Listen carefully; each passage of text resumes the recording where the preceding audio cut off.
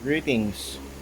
In this tutorial, I'll teach you how to paint a simple landscape using inexpensive oil pastels on felt paper.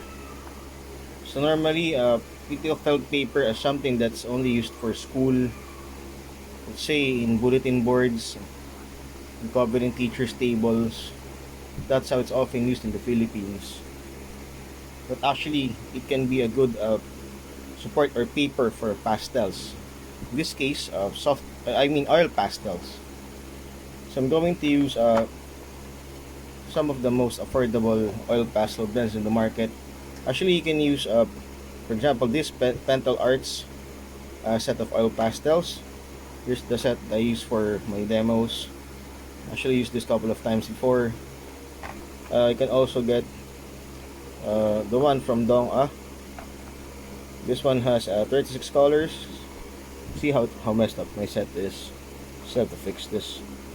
And I think for this one, I'm gonna use more of this golden oil pastels that seemingly is uh, pretty much available in most markets or art supply stores in the country. I don't see this in the malls very often, but even the simplest school supply stores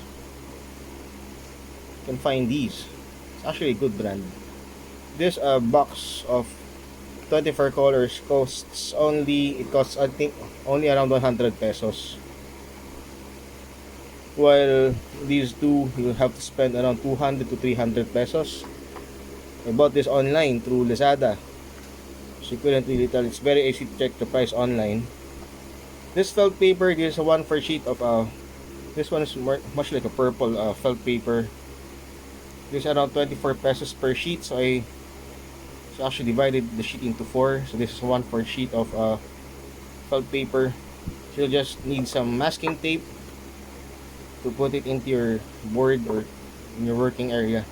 Prevent it from slipping away, since pastel has a tendency you're gonna have to keep the paper really steady because the pastel can really carry it. I mean, you're gonna have to use uh, sometimes you're gonna have to use very bold strokes. You have to apply some pressure as you apply the pastel, so you might crumple the paper accidentally or move it, which is something that we don't want to happen while working. So I have my felt papers now taped on this this is actually a Sintra board, black Sintra board. So it is actually black, but I don't know why by the surface turned a bit white. Maybe that's from the soft pastel dust, but it's not. Anyways, I had it taped securely the surface. Well, the idea is you have to work you have to put the paper as vertical as possible.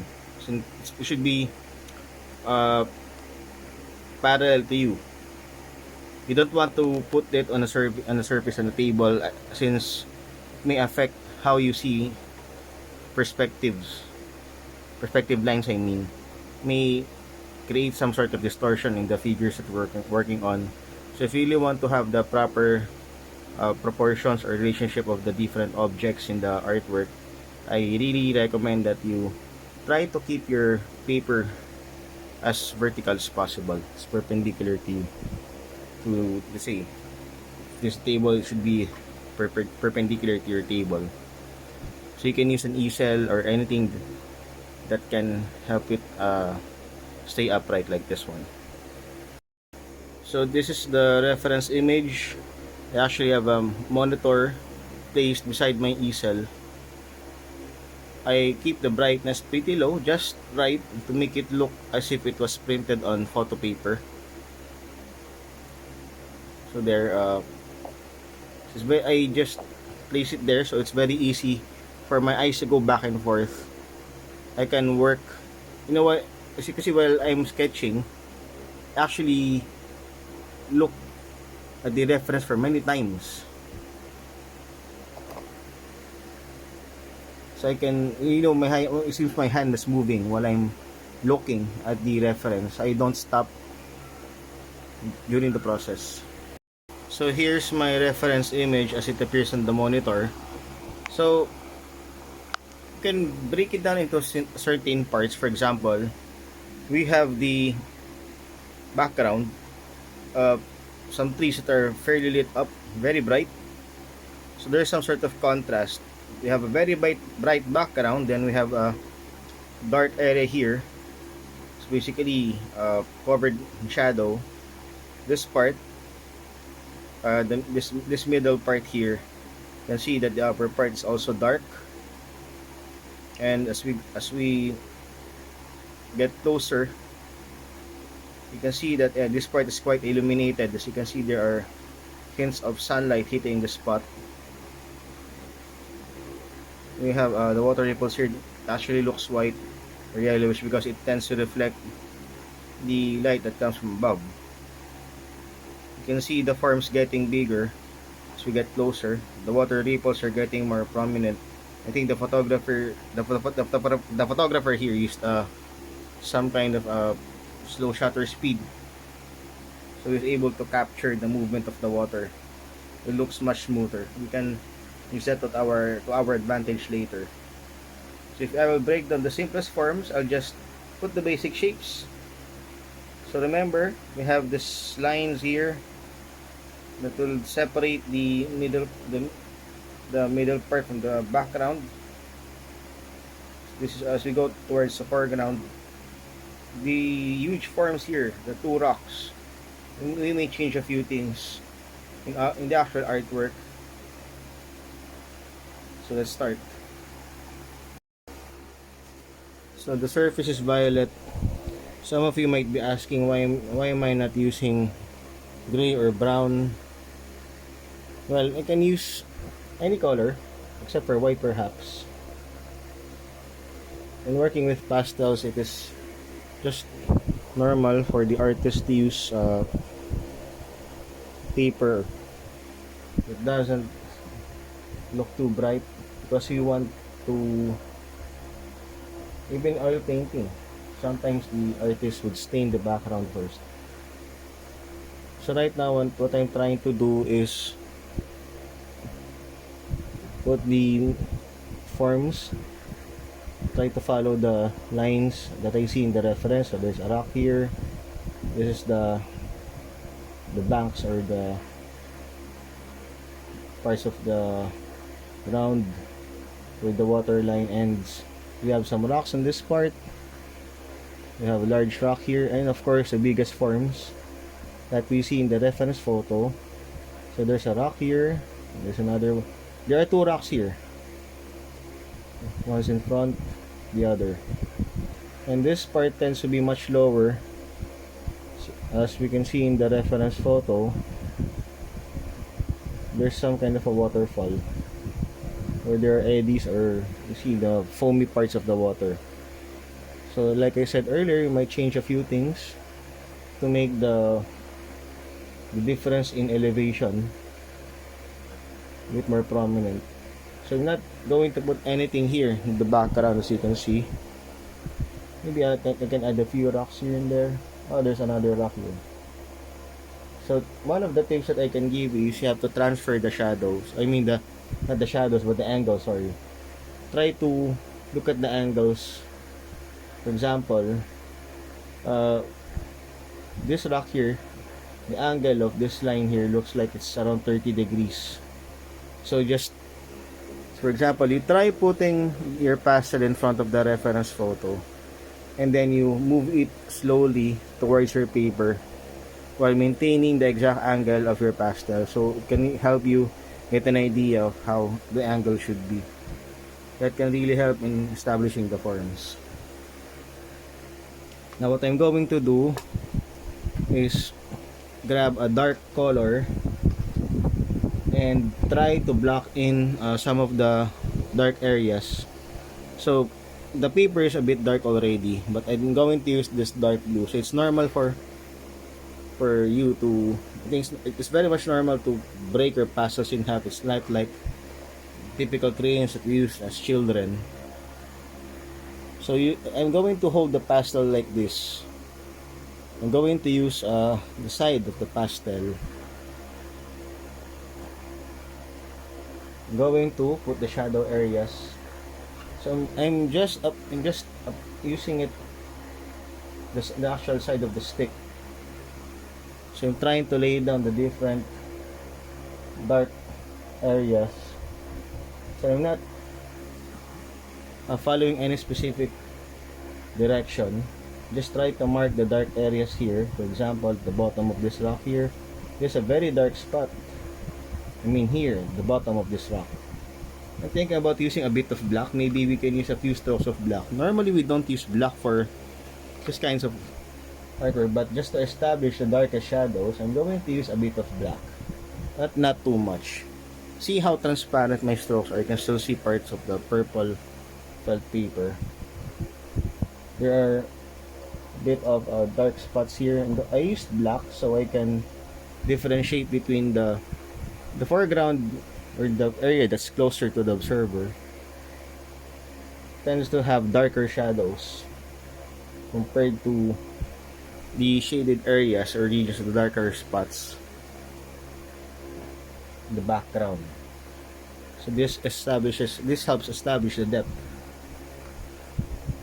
So on top of the strokes of black, I'm going to use this dark blue again, so that will remove the impression that's too dark. Now on top of the dark blue pastel, I'm going to use a bit of this dark brown color here. This is the darkest brown that I have. See, it's already starting to come out. This part here looks brown in the reference photo. Same with this area here. It's actually brownish. So just lay down some very light strokes. See, look at my pastel here. You can see that the felt eats away the pastel quite quickly. So there's another rock here. I forgot to put some dark blue. When you use dark brown on top of dark blue, it creates a very nice gray color. So this rock is supposed to be dark, so I'm going to use dark blue and dark brown on top of each other to create some kind of gray color here. So that's actually the trick. In the color wheel, you can see that blue and orange are complementing each other. They're found on different spots of or different ends of the color wheel. Different spots. They line up, so they are complementary colors. They actually are much like contrasts. So I was able to create this gray because I mixed both of them. To create this kind of gray, you simply have to mix two complementary colors together. Let's see, red and green. In this case, brown is quite close to orange. It's like a darker orange, and this dark blue here is actually a darker version of blue. So when you combine the two, you can actually get some kind of gray. So I was able to map out some parts. If you want to work faster, I suggest you try to figure out where the same color will be used. Don't just finish one spot and then proceed to the next. Try to work on the entire picture as a whole. I forgot these spots. So there are rocks here, so I'll just put some strokes of dark blue and a bit dark brown on top of it. See what happens whenever I put this strokes of this dark brown color here without the blue underneath. It just looks brown, but if I use the brown pastel on top of the blue one, it looks a bit grayish or grayed out. Next, I want to establish some kind of depth. I want to add depth, to the painting. So I'll get my lightest yellow. So I want to play around with the background. So I'm going to use a few colors. So for example, this is my lightest blue. This is the lightest blue that I have in my set. I'm using the 24 color set from Golden Oil Pastels. Very cheap set. So I'll just lay down a few strokes here at the back. Sir, I didn't see any light blue area in the reference image. It's alright. Well, you just want to put something that will create some sort of contrast. And I want to use I kind of like the use of blue purple for the background. I often do that in my artworks. Even other artists do that. Then can use some yellow to suggest the leaves. At least behind. See what happens when I use the yellow pastel on top of the blue one. Create some sort of, I'm not sure if the camera captures it correctly. I mean the colors, they tend to change depending on the camera. So we just used, sorry, used yellow pastel top of the blue one. I'm still holding it sideways, allowing the very side of the stick to touch the paper, laid on few strokes. I'm still not applying too much pressure, but look at what happened to the pastel. So felt paper eats pastels, as in a lot. So that will be the challenge. You're gonna have to, well, have not exactly a lot of pastels, but you have to be prepared in case you run out of pastels. So I'm using a light pink color just to add some variety in the leaves here. I want to suggest a different layers. Say I want to make this part look like it's a bit farther away. I'm still not using white, if you'll notice. I would like to reserve my white for the brightest highlights in the artwork. There's a beautiful flesh color here. See, it looks white. Well, the color, how the color will look like would actually depend on where it's used in the artwork. Or, for example, if it is surrounded by specific colors, how our eyes will perceive that specific color will also change. There, so look at what happened here. It looks white, but it's not actually white. So you would like to use I'd like to create a bit of contrast here. So I'm going to use this yellow green, the bright green. This is the brightest green that I have. Just want to suggest that there are trees here. So one of the downsides in using these kinds of pastels, sometimes the sticks tend to pick up some of the layers that I placed earlier, leaving some kind of this diagonal marks here. See those marks here?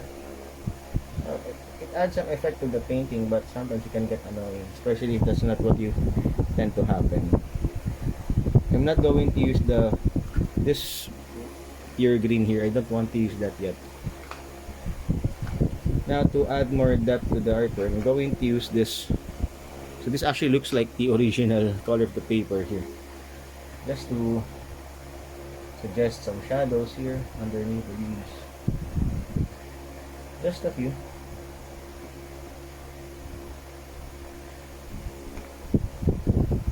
Like to use something more bluish. I won't use any dark color for the shadows in this area. Maybe this blue will be the darkest shadow here. The background, I'd like to make the background look really bright, create some contrast between the foreground and the background. I'm going to use this yellow pastel.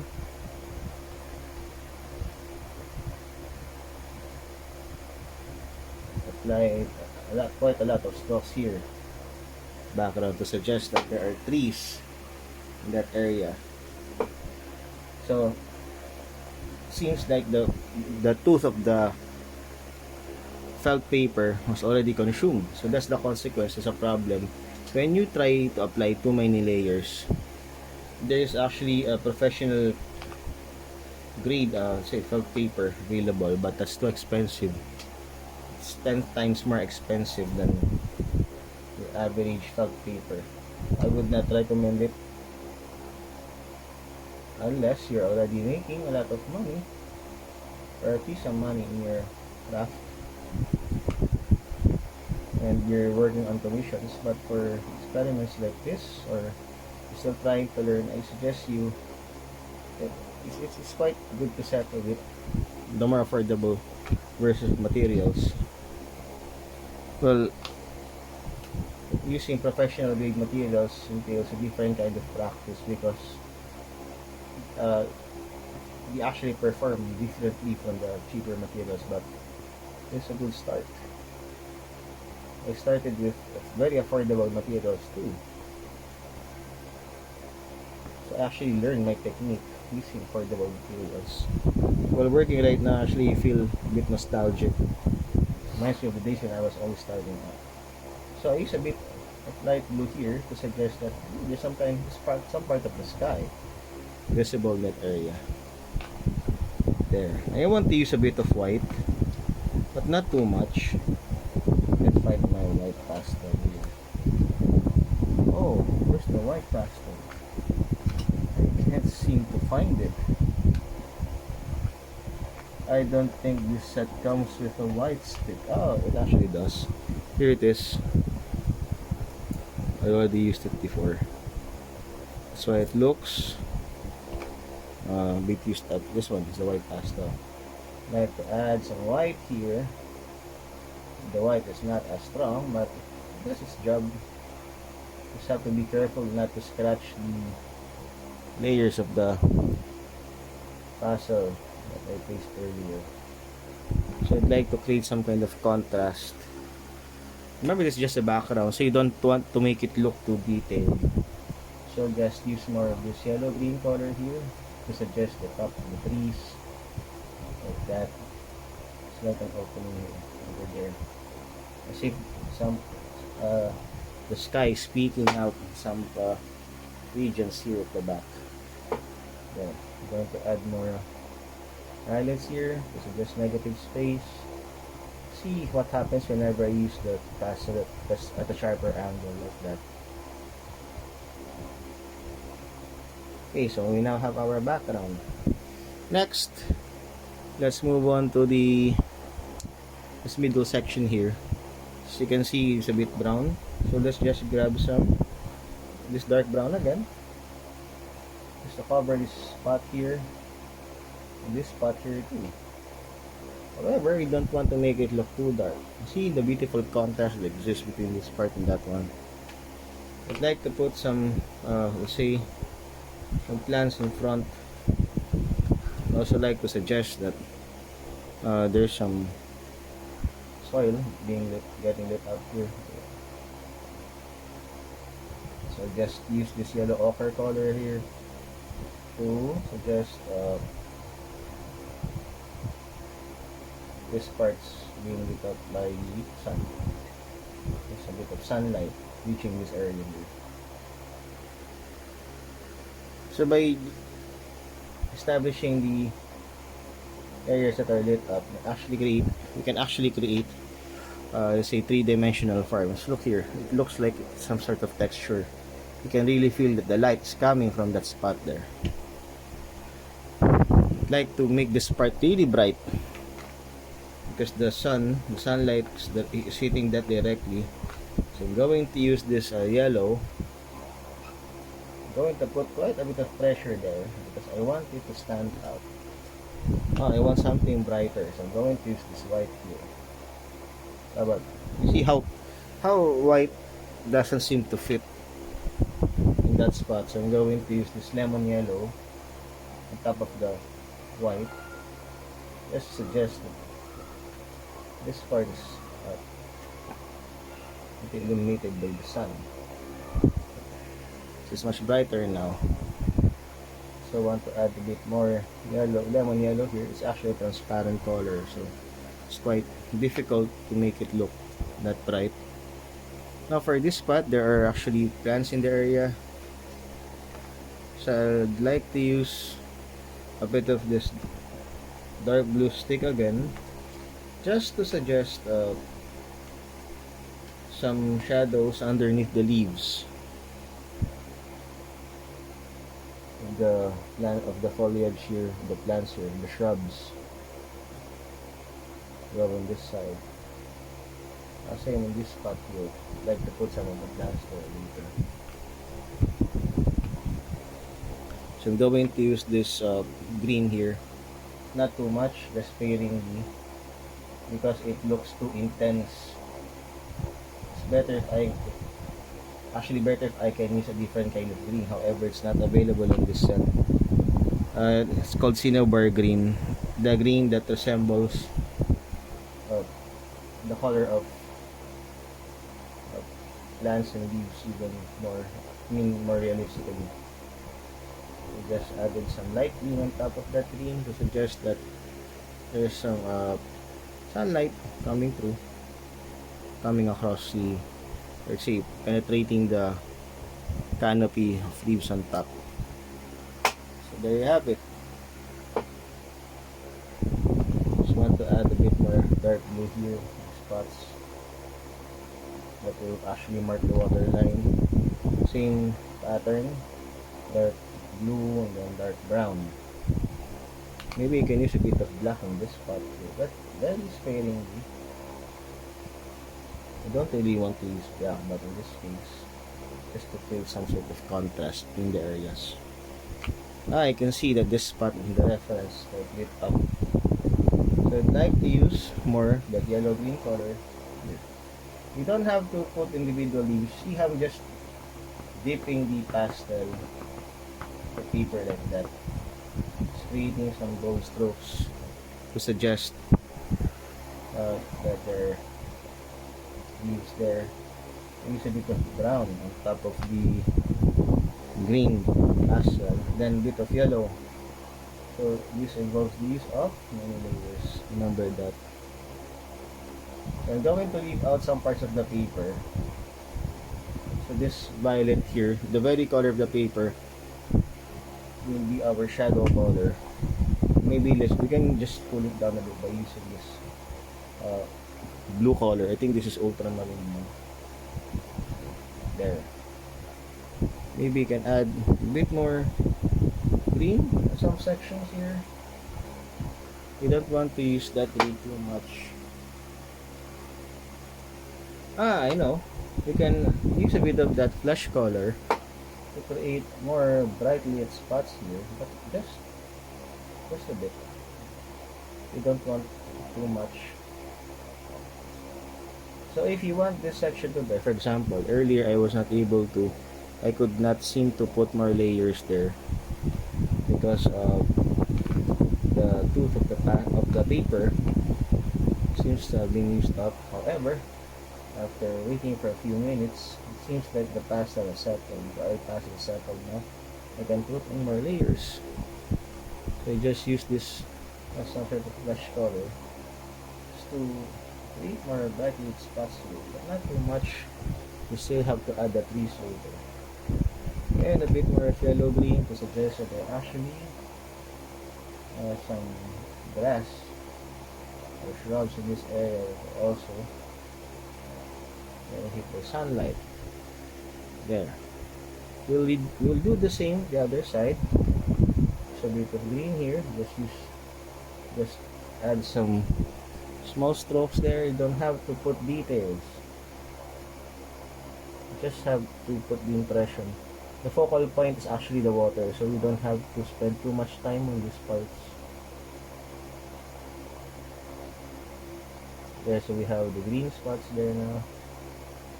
Just want to use a bit more of this brown color top of the green because it looks a bit too intense. It may disrupt the focal point. I want to use a bit of this. I want to use this yellow ochre instead to put highlights on the plants and shrubs here. Later I'll add some of that bright green. I just don't want to make it look too intense right now. See how intense the color is and get really good contrast. I want this part to be more illuminated or lit up, so I'm just using more, let's say, I'm applying more pressure. I just try to suggest the small plants or shrubs here in this area. I don't want to overdo things. For example, this part here seems like it doesn't have negative space, so I'll use this dark blue color to establish some of the negative space or the space between different elements of that will help me create the illusion of leaves. So I go back and forth between the light, dark colors. So I'm using the green again to suggest that this part is quite brightly lit. I add more brighter colors on top of the line since that's where the sunlight hits. So I'm using more of that yellow color, like small dots there to suggest that there will be the leaves in that area. There. I'd like to. It definitely looks brighter on the video than in real life. So I'm going to adjust the exposure. There. It looks much better now. So you can clearly see the bright lit foreground. The bright lit background with a pretty dark foreground. Now to continue, I'd like to use this brownish, this is actually burnt sienna color. Just suggest parts of the soil here. Don't want to use too much. So I'm alternating between that brown color and some dark blue. So my main shadow color is actually the dark blue pastel here. I'd like to use that more this time. So you can see now, trying to add more of the shadow sections. And on top of this dark blue, I'll use a bit of dark brown. When the two colors mix together, you create some sort of a grayish color. And this part is supposed to be dark. I don't want to use black there, so I'll just use this dark blue and dark brown pastels on top of each other. So there's supposed to be some kind of tree trunk or branches in this section. So I'm going to use yellow ochre just to suggest the branches in that area. Maybe add a bit more of this light green color, but I just keep my strokes pretty light.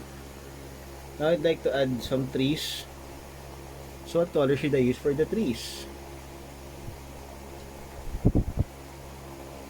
Well, normally we use brown for the tree trunk, but in this case, the trees are in the background, so you don't want it to look dark.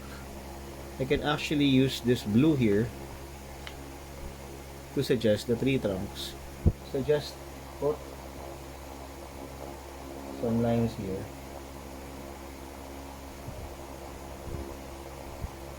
Very carefully. See how the surface tends to diffuse more layers of pastel. So I'm using the side of the stick. Remember, you don't have to put too much pressure. Just keep it light. The goal here is to suggest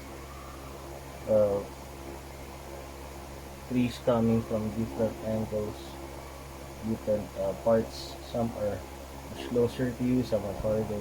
I would like to make this one look closer. There. Just don't make the trunks, the tree trunks look too similar. For example, in this part here, I feel like my strokes are a bit too monotonous or almost identical. So to create some variations, we change the angle of the pastel. There, I don't want to overdo it. We add a few branches here and there. If you want to make it a bit darker, you can use dark brown on top of it. Or even this dark blue. This one is pretty close. To be observed, closer to the foreground. So I'm going to use a bit of this yellow ochre color to suggest just to add highlights to the right side of the tree, like this one.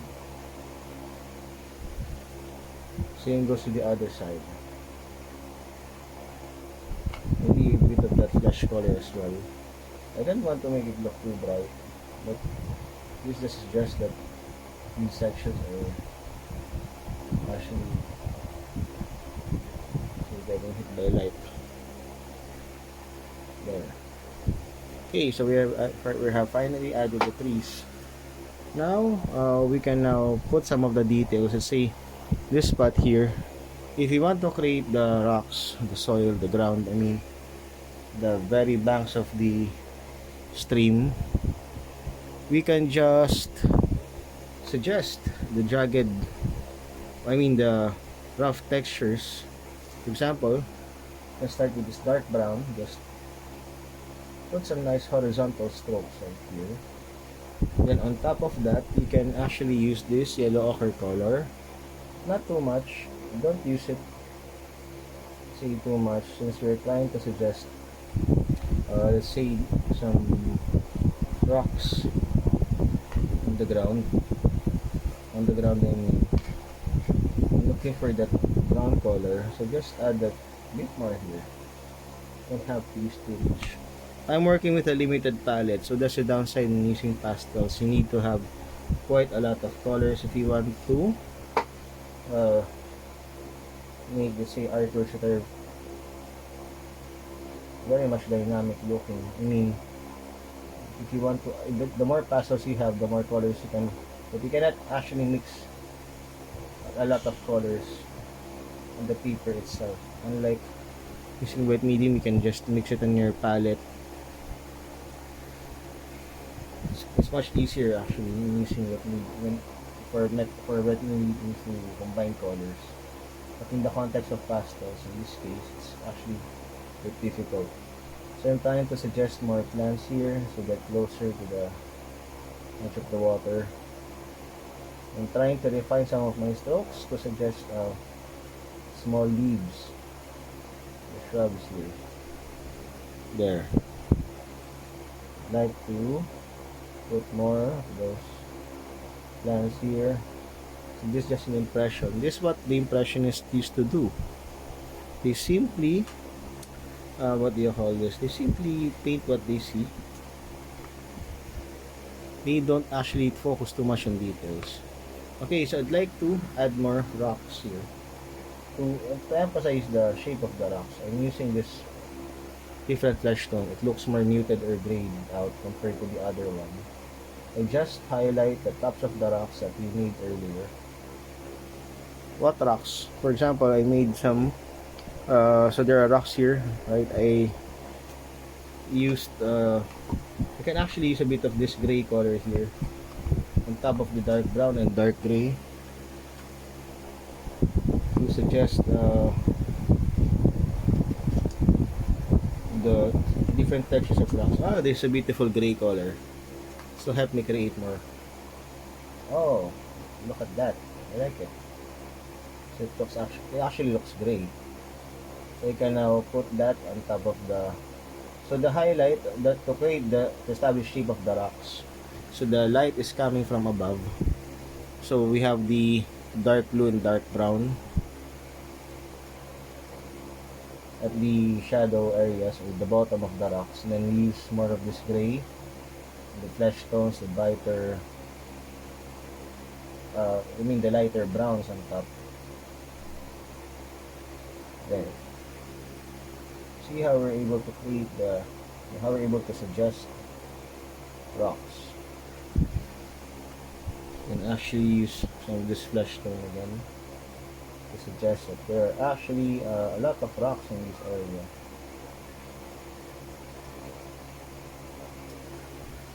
Starting to look like rocks to me, especially this part here.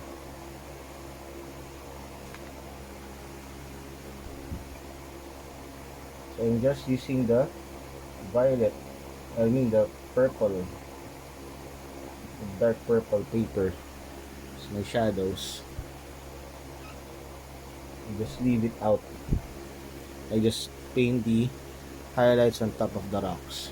I'd like to use a lighter gray here to suggest the flow of the water. So I'm using the edge of the stick. This one still has wrapper on it. So I just create some horizontal strokes here. So try to follow the direction of the water here. So I add more lines on the banks.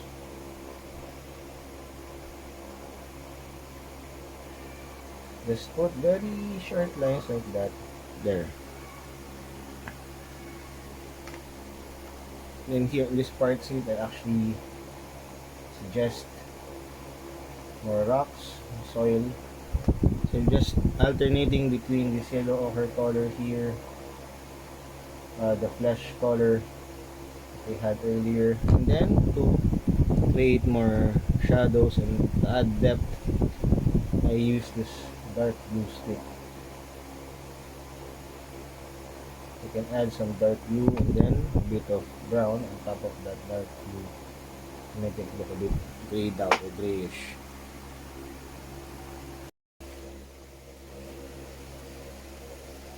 I like to use this blue to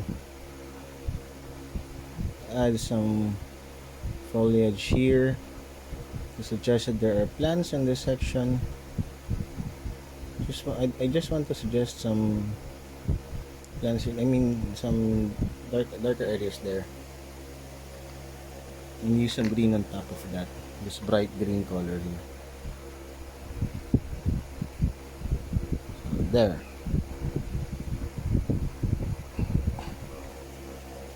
Many other artists actually use this. They use blues for the objects in the background.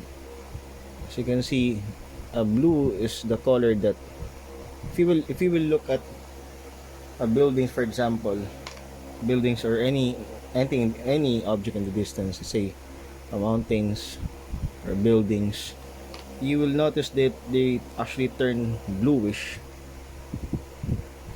as things go further. It's because all the other colors tend to dissipate and only blue remains.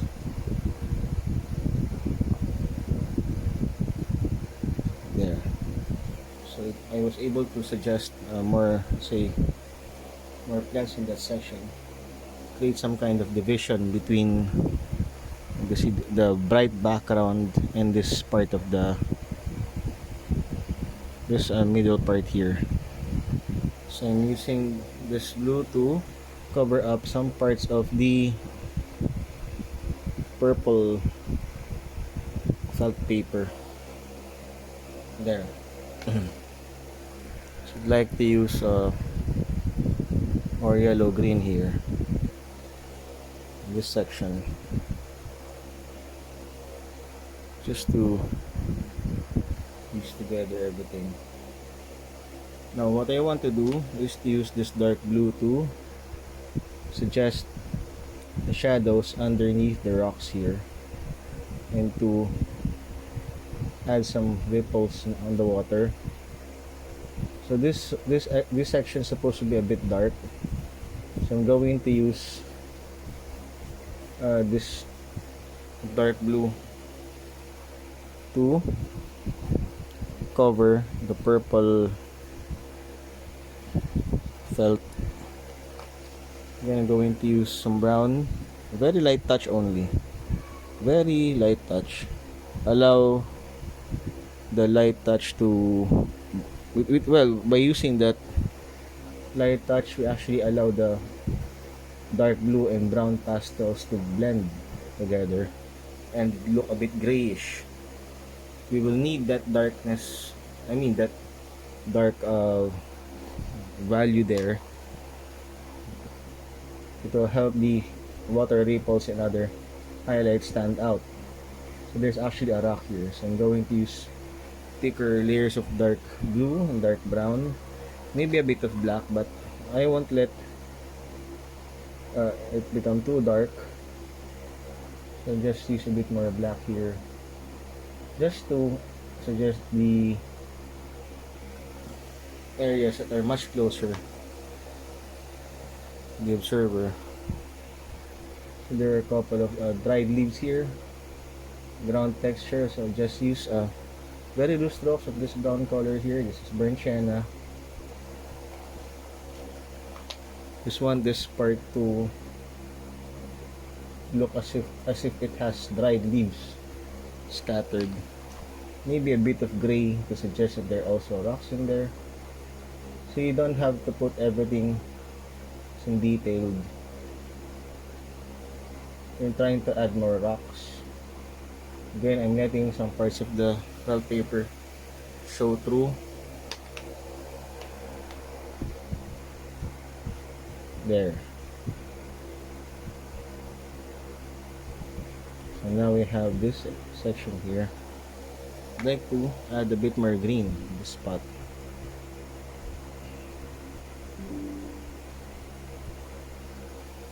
I have it.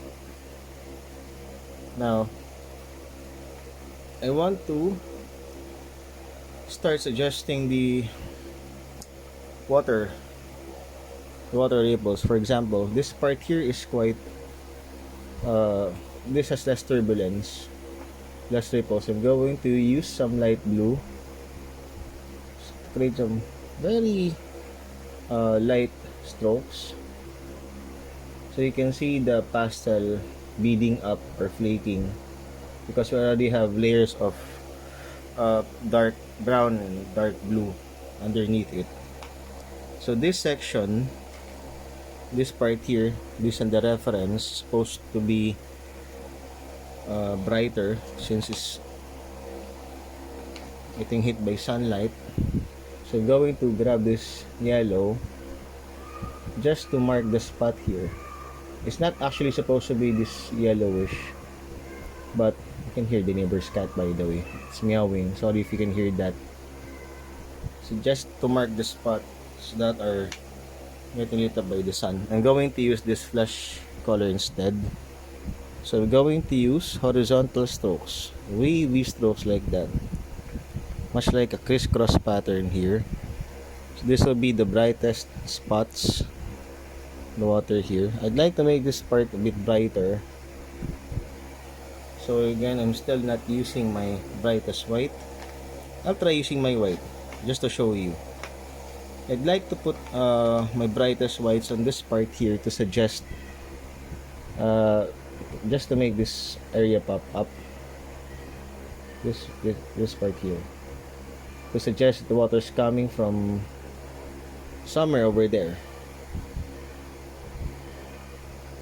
because this part's supposed to be higher than this one. See this layer of rocks here, so it's supposed to create some ripples here. So now using my white. Later I'm going to use this stick to create very intense specks of white like that. See, it's very bright. So I just want to add a bit of yellow on top of it to suggest that it's actually getting hit by sunlight too, just a little bit. I don't want to overdo, just a few dots right there. It doesn't actually look yellowish from the video. So now I'd like to add more ripples. I'm using my yellow again. Actually looks a bit brownish or greenish since it's mixing with the colors I placed earlier. Here, it's supposed to be brighter here too. So I'd like to use this flesh tone here again. Put it there.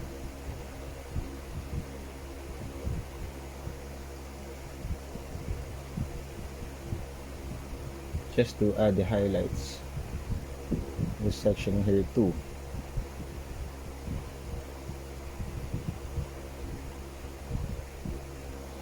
So as you can see, I was not able to suggest the direction of the water. Well, there's supposed to be some reflections on the water. For example, part of this foliage here should reflect on the water. So this greenish gray color here probably can help. So just use it very lightly, top of the layers of dark brown and dark blue. Not too much. Remember to leave some parts of the felt. We don't want to overdo it. We have to establish some kind of depth here. We will use the white pastel cover the other areas, to suggest the very bright ripples in the water. So this part is quite foamy because of the current. water cannons. I'm going to leave this part here. Maybe I can use a bit of dark blue, a bit more dark blue here. See how it stands out, the dark sections there because of the white. It's not exactly black, but I combine dark blue and brown in those areas. Creates a very nice dark gray color. So I'd like to do the same here. I'd like to already have dark. I already have dark brown there, so just add a bit of dark blue on top to create very strong shadows. I need those strong shadows to establish different the three-dimensional forms here. So this is supposed to be a rock. So I'm going to redo this part here. I'd like to recreate some of the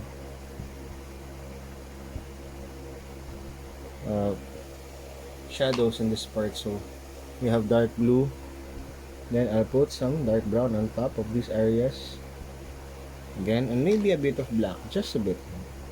It's underneath, very light strokes of black underneath the rocks, just to add some depth. Remember, black can destroy the chroma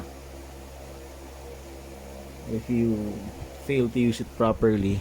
It can really alter the values, the chroma, or the intensity of the actual painting, the strength of the colors.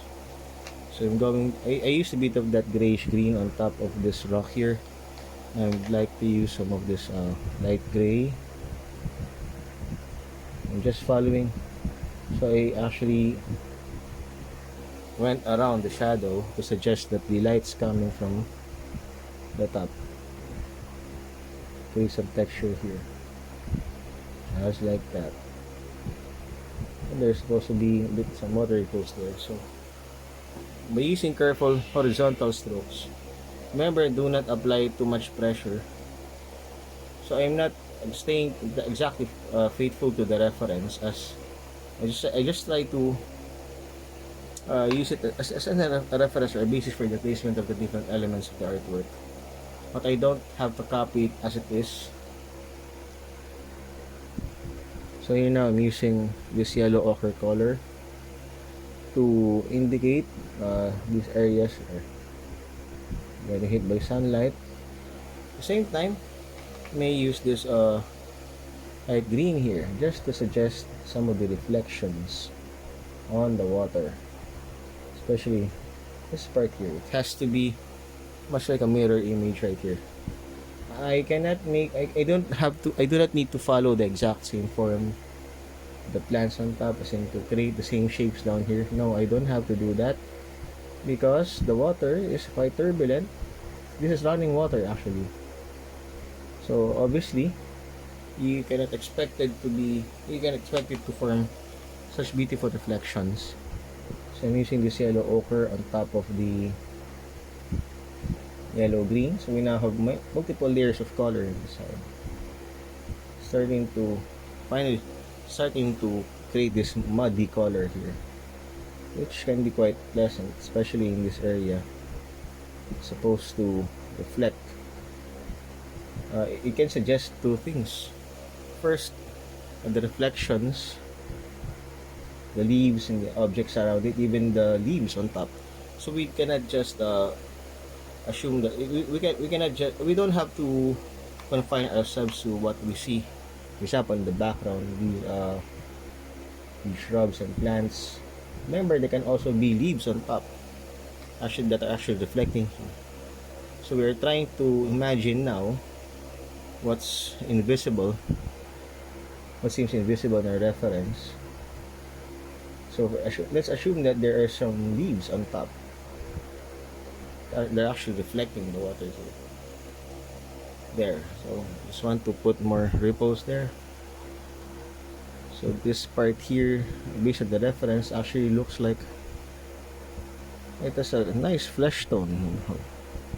This part, maybe a bit of mud, or maybe the soot, the bottom of the stream is getting, what do you call this, some kind of the water's getting cloudy because of the current. Maybe it's a shallower part.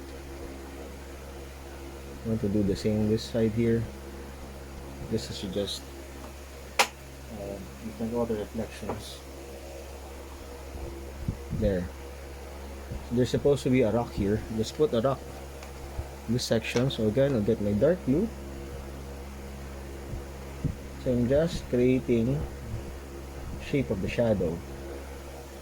Then on top of that dark blue, I'll use a bit of brown and maybe a bit of black, just to make it dark, but not too much. I'd like to use a bit more dark blue on top of it so it won't look too black. It's not exactly cheating, but it's like tricking our own eyes, so it won't think that it's too black or dark. Otherwise, like throwing the picture the time to paint. There. So we're now starting to see the different rocks in this area. So I'd like to create the water ripples again. So just remember the crisscross strokes on this side. I'm using more the edge of the pastel, the corner, so just water lines there. There's also supposed to be some water ripples in this area. I mean.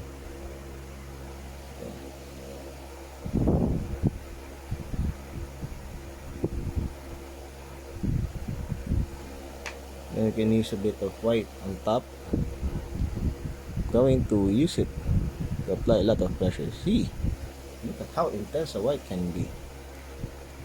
So this is where we apply the hardest pressure. Top of the water ripples or the foam. So helps suggest make the ripples look more realistic.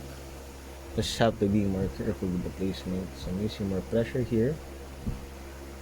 There. Like to add more bright white spots here. Suggest more foam building up in those areas. There. There's supposed to be some water lines here. Now it looks like it's missing something. It's because we still have to highlight tops of the rocks. We really have to put a bit of say. So we don't have other types of brown here. Well, I can just use a bit of this dark brown again. This time without the dark blue. Just a little bit of dark brown on top of the rocks. This one's already done, but I'd like to put more.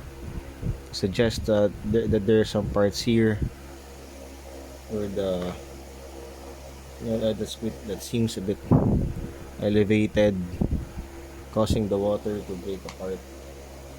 Now on top of that, I can actually use this yellow ochre color just a bit.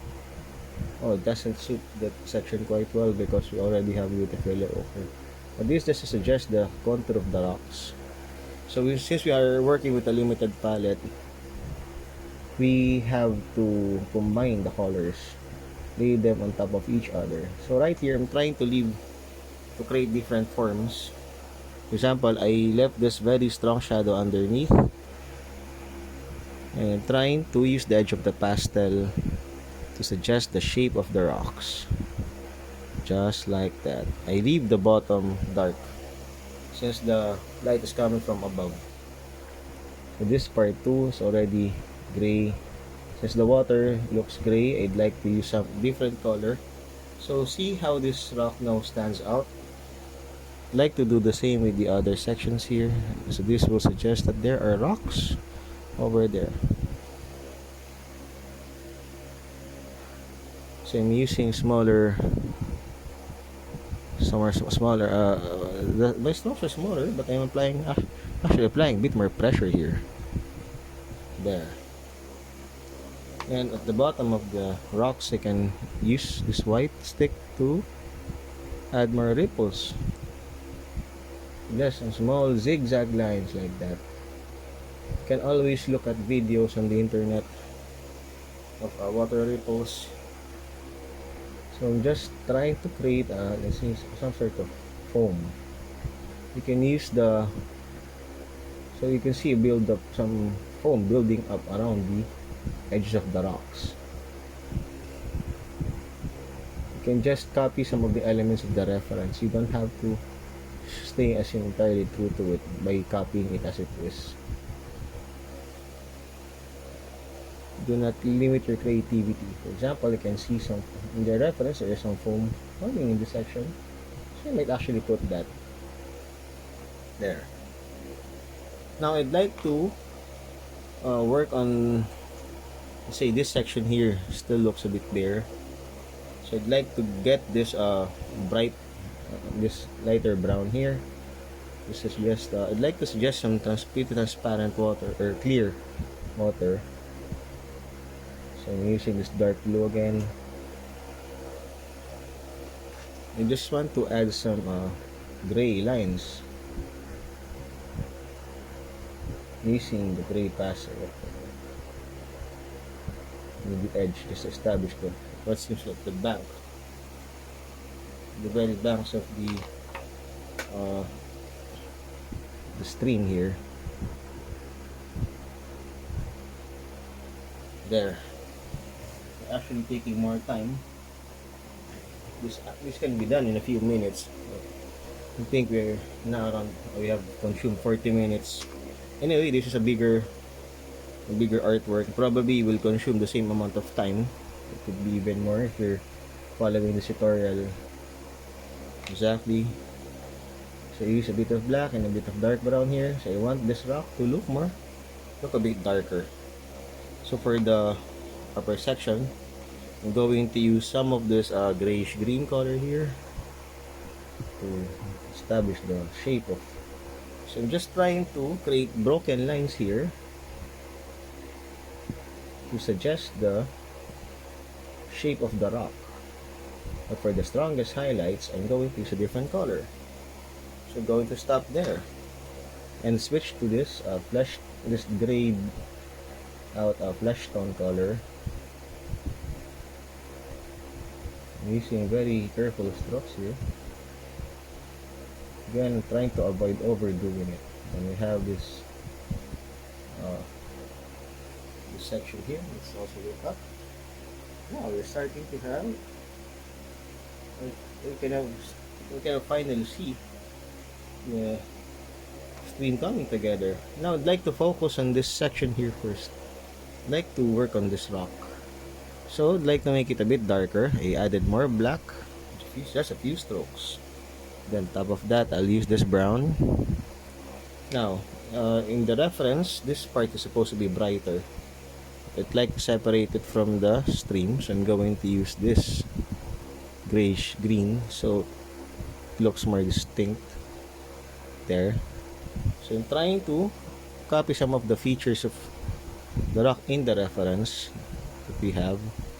So I'm applying more pressure in these sections here on top. And I'm going to use this lighter skin tone color. It's slipping from my hands to suggest highlights on top of the rock. There. Let's make this rock stand out using very light strokes. You can already see the top part of the rock coming together. So I'd like to use more of that grayish green color. I'm going to leave some negative space. You know, these parts that are left out. So you can still see the violet felt paper peeking through. That's the negative space I'm referring to. There now. So we have a problem. As you can see, the rock won't exactly manifest its shape because it's also bright. The edges have become too bright, and it's almost as bright as the water. So I'm going to reduce the value to create some kind of contrast. I just focus the lit up parts of the rock on this side. I'm going to make this section a bit dark so this part would really stand out. So I'll use this now to mark this section. This will be my guide now. I have to keep the water darker. So these marks will stand out. Now, as for this area, can always grab again my dark blue to re-establish some of the shadows and the textures of the rock. There. Very light strokes. As you can see here, we now have our I can use this grayish green again to bring back some of the textures that were lost when we covered that section up. But now we can clearly see the contour of the rock. It has become more obvious now since this is darker than the rest of the surrounding areas. Okay, now we can use more of this brown and that grayish green color to suggest that this part of the rock is a bit flatter.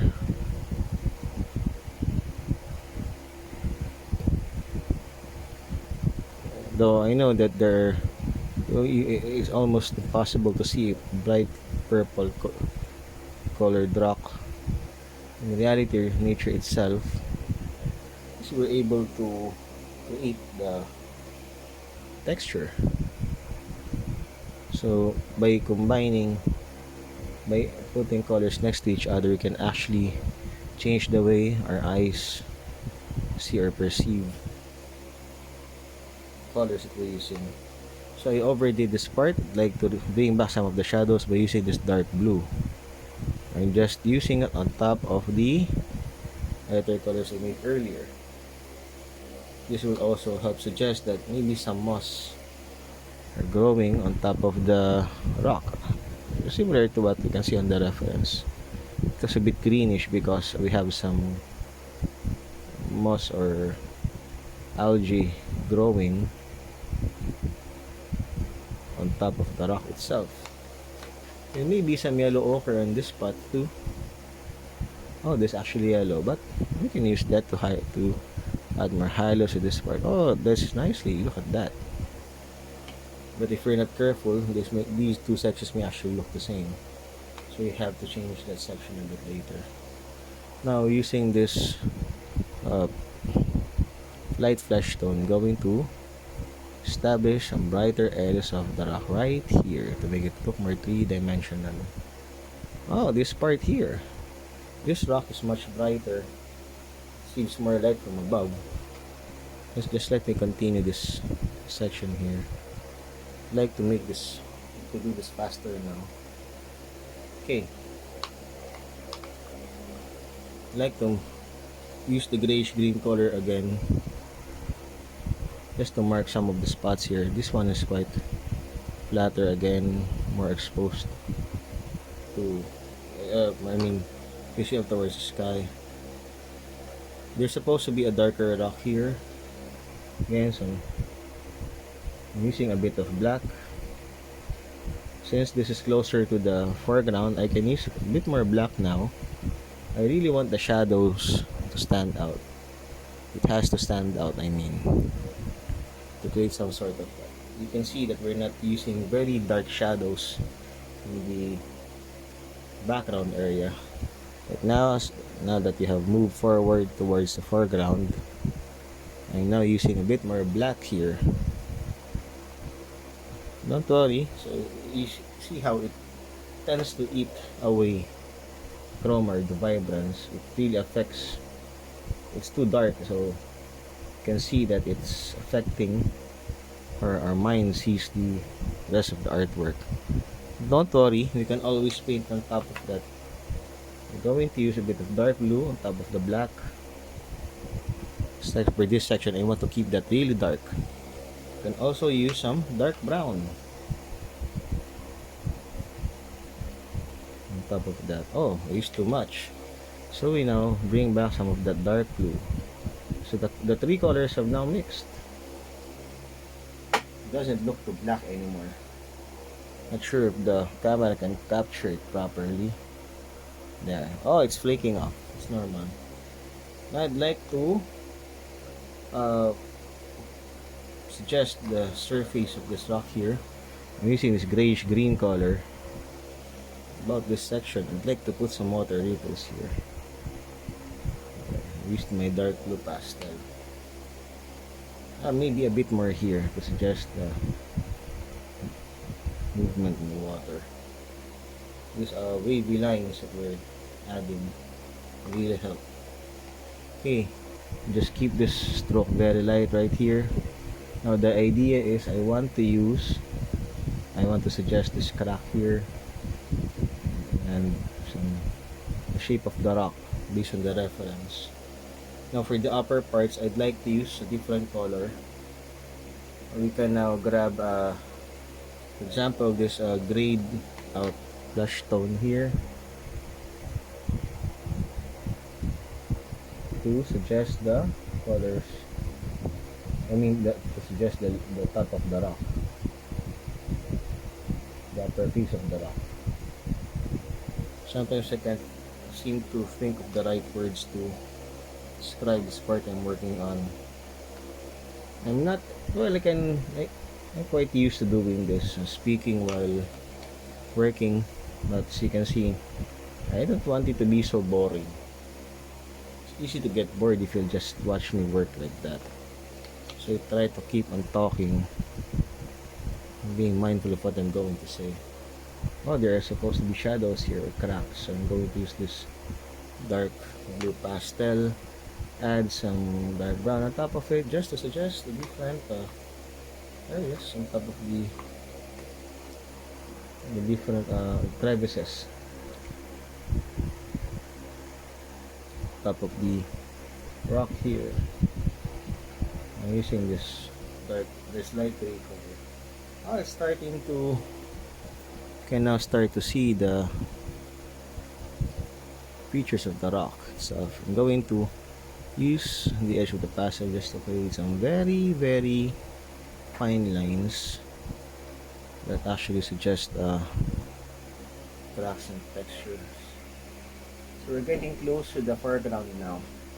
I'd like to map out this section first before we continue. So for this one, to make this rock look a bit different, I'm going to put some light blue on top of it, some sort of primer. There. Underpainting. On top of that, I'll use this grayish green color, like that.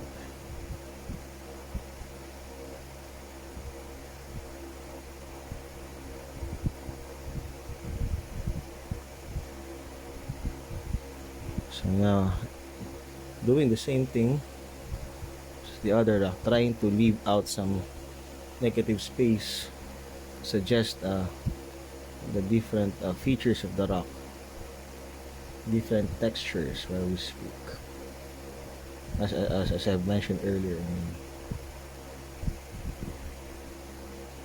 There. So we have successfully added the top of the rock.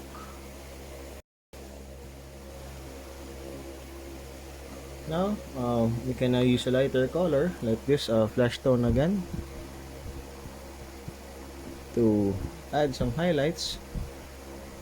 But as you can see in the reference, this rock is supposed to look wet, so we can actually use white. Just allow me to map out the different areas. There's supposed to be leaves on top of this rock. I'm not going to put that anymore.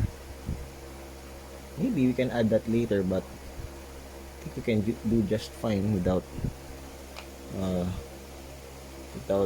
those leaves. But I want to add, however, the algae or moss that seems to be growing on the surface of the rock here. There. Gonna add more in this spot here. Maybe I can add a bit more white to make this rock look a bit brighter. I want to add more green in this section here. Maybe a bit more black. I want to make this part a bit darker. Oh, nice. Now we can clearly see the contour of the second rock. In the reference, it doesn't look too dark, but here we actually made it a bit darker. Now we can add more yellow green here. Suggest more moss on top of the rock. There. So for this section here, I'd like to add some foam. Oh, by the way, didn't want to leave this area too dark, so I'm going to use some dark brown just to suggest some of the features of the rock that are coming out like that. There. So just use a spraying me. I'm going to smudge it so to lift off some of the parts because I made it a bit too bright. Oh, this one here. I'd like to put the top of this rock too. So a bit of dark brown there. A bit of this grayish green color again. Just a bit. The reference, it looks a bit more brownish, but we don't have quite a lot of colors in this set. But to stay close, a bit closer to the reference, okay, then to add some variety. I use a bit of burnt sienna on top, the lighter brown there, and then of course this grade a flesh tone here, flesh color. So just the top of the rock. Let's bring it up. So notice how we use negative space to suggest the texture of the rock itself. Now I'm going to put a bit more dark brown here. Add a bit of gray right there. Now a bit of gray again, dark blue, and this is supposed to be a bit dark, the section, so I'm going to use a bit of black, very light only, and then put more dark blue and brown on top of it. There's another rock that lives around here. Oh, I remember Bob Ross saying an object lives in that specific part. When he sees an object at a specific part of the painting, he says that the object lives there. Very cool guy. You should check him out. So I'm going to use more dark brown on top. So it actually looks a bit reddish on camera here. Now I'm going to use this flesh tone here, a bit of now when changing the sequence, I want to add a bit more of that grayish green color in this part here. There. Still leaving this part here, you want to maybe change a couple of things there, maybe. I just think that will be much easier or fun if you add the focal point first. Oh, use too much pressure on that one. See how bright the line is? Okay, that's good. That's cool. I'll leave it like that. And now applying a bit more pressure. And this part here, I would like to use more of that light gray color. Maybe some white. Yeah, just a bit of white in there. White sticks actually a bit hard. I don't know what's wrong with it. Normally it's a bit soft, especially in this brand, but in this case I'm not sure if it got mixed up with other brands. I think that's quite unlikely. There, now we have the rocks in place. Now what I want to do is use the yellow ochre stick to add more, just to create more value from there. Add a bit of yellow there now. In this part too, a bit of yellow as well. This part here as well. Just added a bit of yellow. It looks like it's getting hit by sunlight as well. I think that made it look a bit better. I'd like to add more of that yellow ochre color here, but just keep it very, very light. Just to suggest that there are transparent areas here in the water, because the water is actually pretty clear. I like to define this part even more. Oh, you can see in the reference there are also some ripples here, some colors would suggest that the rocks at the bottom of the stream are quite visible. So don't forget the water lines. Just some white lines in there. Suggest foam building up, especially in this section here. Now this is where the magic happens. I'd like to use a bit of dark blue here. Don't want too much of it violet in this section. Now, going to use just evening out the colors here. There. I'd like to emphasize the edge of this rock here, like that. Now, I'm going to use this white pastel stick to suggest what seems to be waterfall. Just follow the movement of the water. Flow, I mean.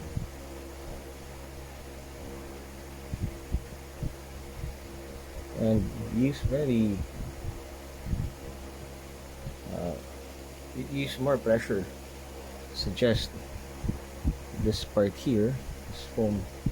The water here is quite foamy. So you can see the turbulence is caused by the rocks. Changes in the elevation. This is mini waterfall here. So we can add a bit more. I'm going to use a lot of pressure for the white now. So be the brightest white. In the reference image, you can see that there's some kind of folding here. Maybe you can put that. So I'm just trying to apply pressure as in not too strong. I don't want to use control and create marks, unwanted marks. Now, in the section, I'd like to use the. I think I overdid the part there. It looks nice, kinda like it. Suggest the waterfall section there. Waterfall. I mean, so you can see how many levels this part has. You suggest some of the dried leaves. Maybe you can add a bit of orange there. Just a bit. I just want to put them loosely over there. Suggest that there are dried leaves floating around these areas. Just using much like a comma stroke.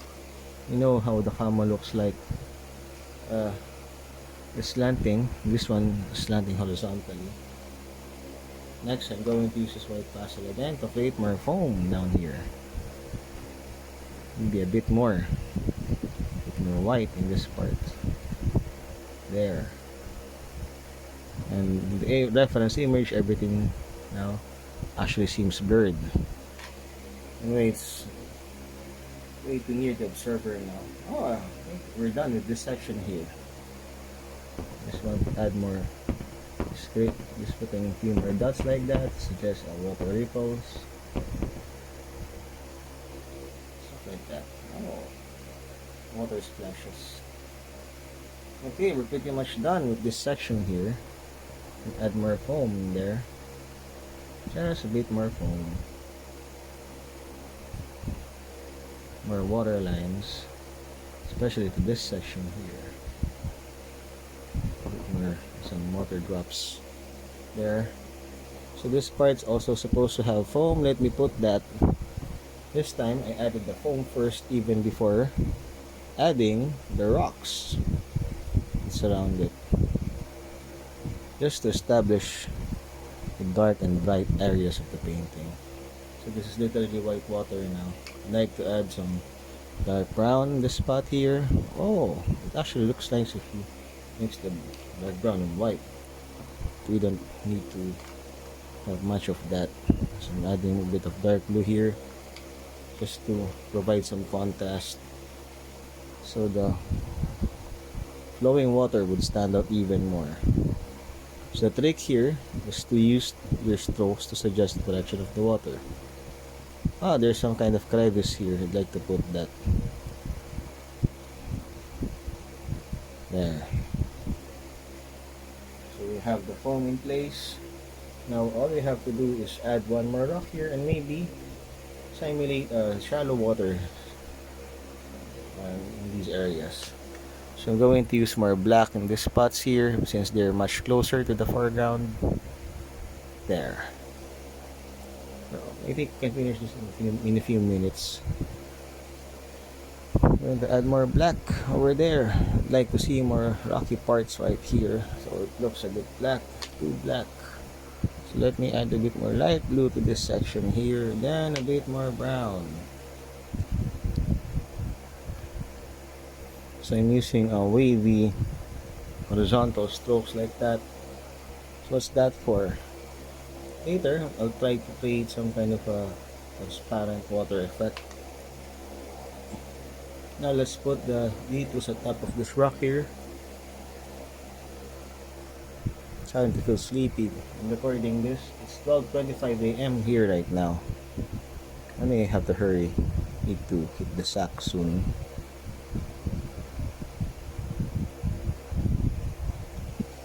So there. I would like to make this rock a bit different. I'm going to change the form a bit. It looks different from the reference now. Let's put another rock here. Since this part is pretty dark, it's quite easy for us to play around with the forms. There, so I think these two rocks will do. So this is not exactly what you can see in the reference, but it will do. It will do, I think. So I'm going to use some of this yellow ochre just to brighten up this section here, and use a bit of I like to use this gray instead. This gray first, especially on this one. We don't want the rocks to look too similar. On this sprayed out version, look at now. Look at how dirty the pastel is now. It's quite normal since we're using oil pastels. However, you may want to clean your pastel once in a while, since the color can actually affect. For example, if I would create a stroke with the side of the pastel, you can see the dirt will get in the way. So there. Oh, these rocks look a bit nicer. Oh, again, this part tends to be a bit darker. So let me darken this part. And we add a bit of black there just to bring back some of the shadows and establish the form of the rock. Supposed to be another black part there. Here. Okay, let's add a bit of light blue there to create some bouncing light. Light reflecting from other surfaces. Looks interesting, the use of that specific color. You can actually start playing around with the painting now. So we're now actually starting from the foreground, going further back. But for that, I'd like to add the water ripples again. So you can see there seems to be an illuminated part of the water here first. I'd like to put that. Before, I used the white pastels to create aggressive marks again. This time, I just pretend that there's some foam here, just to show the edge of the rock. There, another one right here. It's like the water is pouring down violently in the section. It doesn't look quite similar to the reference, but this will do, believe me. There. Let us not forget the water lines, the ripples underneath this rock here. It's where the rock lives. Oh, remember the Babras reference again. So there. We now have our water ripples in place. Maybe just add more water ripples in front like that. A bit more foam here. And that will do it. Next, for this section, I'd like to suggest transparent water. So to do that, I'm gonna have to use this just a bit of this lighter brown. I'd like to suggest the different shadows there. The bottom of the stream is quite rocky, so I'm going to suggest going to use dark blue pastel to suggest gaps between the rocks. Now on top of that, I can actually add a bit of this grayed out, this grayish flesh tone right here, but not too much. I cannot cover the shadows parts this there. Now to make it look transparent, here's a secret. Just add a few white lines on top to suggest that there's water flowing, and maybe a few dots like that. See if the water is sparkling. Oh, nice, right there. So that's how we suggest clear water. Now for this part, I'd like to add more rocks in there. So we have this huge rock here. I would like to change this part specifically. So we just used a bit of black there. Again, a bit of dark blue on top of it. Now this time, I'd like to change the color of the rocks into something more vibrant to slowly match this environment here. So I'm going to use brown rocks. Not entirely brown, but many of them would look brown. I can just suggest dried leaves later just to give this section a different feel, color. So I switched again to this grayish green color.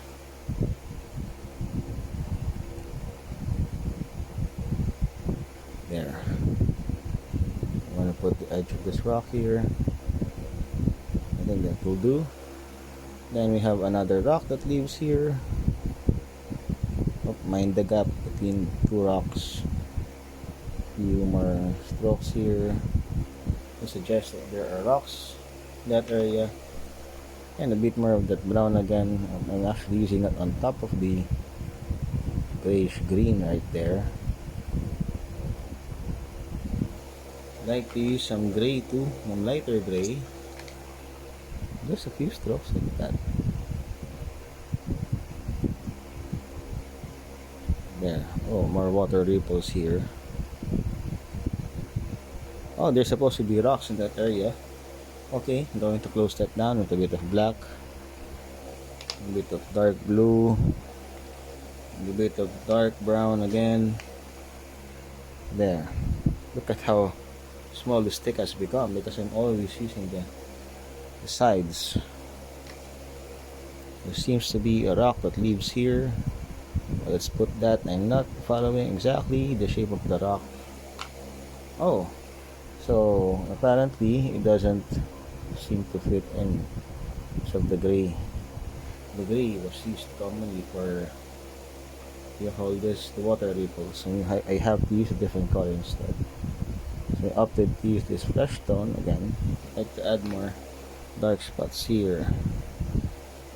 There now. So maybe add some of the dry leaves that you see. It's actually, oh, this is actually nice red orange color. There. This is actually red orange. Just using very thick strokes. I'm adding a lot of pressure. So this is where most dried leaves are piled up. I like to put that here as well. Maybe you can add a few more dried leaves in there. So see, by just creating a canvas rock, we're already suggesting leaves. It's like an optical illusion. I think that will do. We don't want to overdo it. Next, we have we need a brighter set of leaves. I'm trying to look for very deep yellow from my set. Well, yellow ochre is the deepest yellow that I have here. I mean the darkest. This one's more intense. Nice. It looks a bit too warm and saturated, but this will do for now. Just don't use too much. Maybe add a bit of green there as well. For example, some stray leaves. I'd like to use some of the grayish green to create the map out the surface of the rocks again. And this time a bit of the flesh color. I'm using this lighter flesh tone here now. Establish the surface of the rocks. Right there.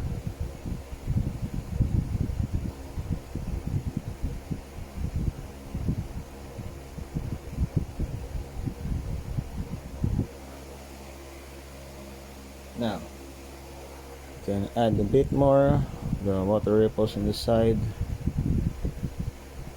More of the So we already have some blues in there, some blue shadows. I'm just using this brighter skin tone color. I'll switch to this one. This one, it looks more grayish. I'm just suggesting the top of the lit up part, or the upper part of the rocks there is almost done. So I'd like to use my white again to create the water line here, suggest more ripples in the water. This part looks a bit transparent. I'd like to put a bit of light blue in this section, maybe part of the sky speaking and reflecting off the water. Many bodies of water actually look a bit bluish because it suggests that it's reflecting the sky. I actually like it better. Okay, add a bit more light blue to it. There. Maybe a bit more white here. Yes, to suggest the water ripples there before things become turbulent enough. Alright, there. See, actually smudged some of the parts of the painting here. It's going to bring that back with this strokes of white here. This part is also supposed to be a bit turbulent, so I'm just going to add some foam here. Just pretend that it's no longer true to the reference material or the photo image, or I mean the reference image. So I was trying to play with the scene now. Add more. I'm going to leave some kind of impasto in a very thick application of pastel here. Oh, that looks nice. But this section I'd like to. Oh, it actually broken too. Going to use more pressure here. I want this part to really stand out. There, I think that looks better. That looks way better. Okay, if I ever have to create bold strokes since it's flowing water like that. There, I think we're almost done. Maybe just a bit more of this light flesh tone color here. It's just the rocks in there. You can even suggest more of the rocks at the bottom of the stream like that. Maybe add a few more shadows in this part here. I think that's okay now. I think we're done. Or almost done. I'd like to add a few. You see that part there. Maybe you can just add some grass on top. It's not what's in the. I think the same in the reference. Just want to make this part look a bit more intense. Still leaving some negative space to suggest depth, everything. There. I want to add more green color this part here. So some grass or foliage growing on the ground itself. Doesn't actually look too bad. And of course, we can add more orange, suggest dried leaves in there. Yeah, I think we're good. So this is an oil pastel landscape. Took us around 1 hour and 30 minutes. Don't forget to sign it, of course. So let's sign it. I don't want to overdo it. So the goal here is just to show you the process, how it's done. If there's a more serious work, commission or something that I intend to use for an exhibit or for selling, and probably I would have used better materials. But to show you the process, the most affordable materials you can access in the market, this will do just fine. There. We now have this oil pastel landscape painting. So if you can see, as you can see, I allowed most of the violet paper to show through. Many artists do that. They use colored paper and they leave out the parts of the paper. Allow everything to show through. So I hope you enjoyed watching this, that you could use this to say to create your own oil pastel and felt landscape. It's actually, well, it takes time and practice to get it right, but the thing is, it's doable. I learned how to do this way back in 2015, 2016. This is how the impressionists, pastelists, old or contemporary time, this is how they did it. So pastel is a very convenient medium to use. You can bring it almost anywhere. You don't have to worry about solvents and fumes and spills as long as you don't drop it. You're not that allergic to pastel dust. This will be your medium. This could be your medium of choice. And now, so this is it. This part. Just want to add, let's say, some more tones here. Just to suggest 3 tones. I don't want to make it too complicated. Okay. It will do. It's not the focal point anyway. So this is our oil pastel on felt landscape. So again, I used affordable oil pastels. Look at how mutilated these oil pastels look like now. But this is normal for pastels. Actually, didn't use some of the colors, so more or less we only use 22 colors for this one. So the more colors you have, the better. But well, you have to spend more. Remember to keep your materials. Say, should always have alternatives. It's very hard to, it's very hard if you say run out of that specific color. So you have to make your palette, your gear, your setup somewhat sustainable. You can easily replace one color with another. You can always find a store where you can buy the same stuff, same materials you're using. Otherwise, you find it hard to sustain working within your color palette.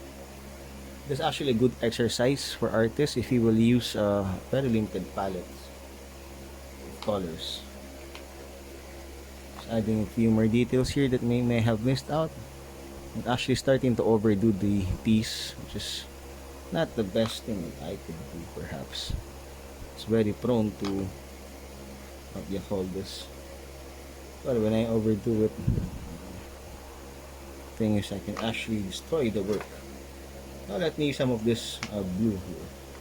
Just want to suggest something really. Oh, it's too intense. But I like it. Suggests cool bouncing light from the other parts of light reflecting from the other surfaces like that. Okay, so I guess this is it. We'll stop right here. Don't want to overdo it any further. So feel free to ask me any questions, and please try this out, and maybe you can come up with your own ways to improve this, or make your own style of doing oil pastel landscapes and felt. So I hope you enjoyed and had a great time. Happy painting. Thank you very much.